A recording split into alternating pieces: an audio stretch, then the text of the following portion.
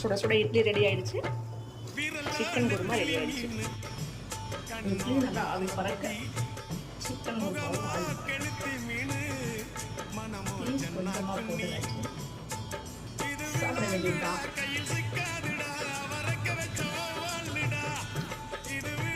அதுவும் சுட சுட சாப்பிடும்போது டேஸ்ட் அவ்வளோ அலாதியாக இருக்கு. உங்களுக்கு எப்படி சாப்பிட புரியுங்கிறது நமக்கு சொல்லுங்க. வாய் நிறைய இட்லி இருக்குது, வாய் நிறைய இட்லி என்னால் பேச முடியல. ஸோ சிக்கன் கொஞ்சம் ஆறிடுச்சு. Wow, super super super super super super.